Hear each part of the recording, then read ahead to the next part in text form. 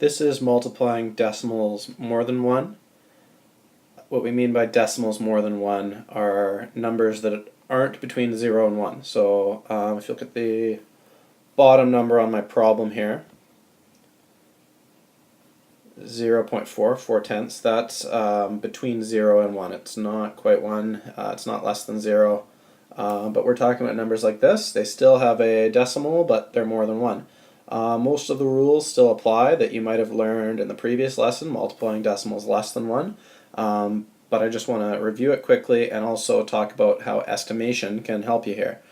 So to start with, just to see what you remember from multiplying decimals less than 1, please pause your screen in the next 3 seconds and try this out. Okay, you're back from pausing and trying this out. You should have an answer written down. So remember, the trick you might have learned is to rewrite this as a normal multiplication problem.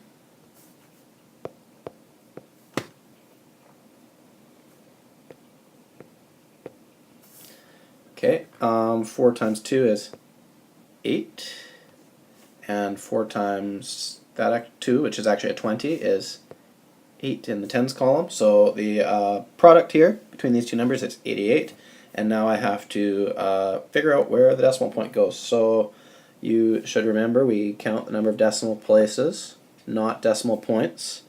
We have 2 decimal places, and that's going to tell us where the decimal point goes because we also need to have 2 decimal places in the answer. There's 2. So the decimal point goes right there, and I'll add a 0. 0.88.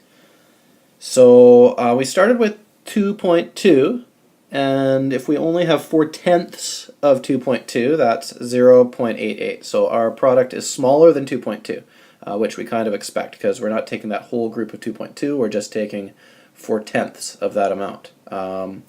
Let's try another one. We're going to use estimation this time. Okay, 3.4 times 10.8. So I'm going to do the same first step. I'm going to just pretend there's no decimal points and do this multiplication. And I'm going to stack it this way with the larger number on top, because I find that a little bit easier. You are allowed to swap the place of these numbers with multiplication.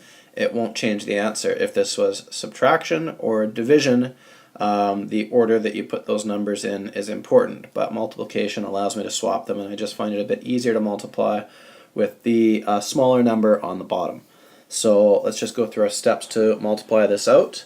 4 times 8 is 32. My 1s go down there in the 1s column. The 3 tens go up here in the tens column. 4 times 0 is 0, but I have to add those 3 tens now. 32, and I'm just going to scribble them out so we don't get mixed up. And 4 times 1 is 4. Then I have to multiply the other number, the 3, which is actually, it's in the tens column, so we're going to add a 0. Since it's in the tens column, we want to go into tens territory. 3 times 8 is 24, so I put a 4 down here. And now a 2 up here. 3 times 0 is 0, but I have to add on those 2. And 3 times 1 is 3. And we're going to find the sum of those two parts. 2 plus 0 is 2, 3 plus 4 is 7, 4 plus 2 is 6, and 3 plus nothing is 3. So that's my product, 3,672. Okay, there it is in typing, just in case you can't read my messy printing. It's hard to draw on an iPad with a stylus and keep it really neat, so that's why it's pretty messy usually. Now what we want to do here is figure out where the decimal point goes, because the real answer is not 3,672. This number has a decimal point somewhere, and you could use the trick that I showed you before, and that trick works really well, but there's another trick, and it's using estimation. So we just want to see, let's round these numbers and make it something really easy to multiply and see where that decimal point is. So instead of 3.4 times 10.8, let's just do 3 times 10.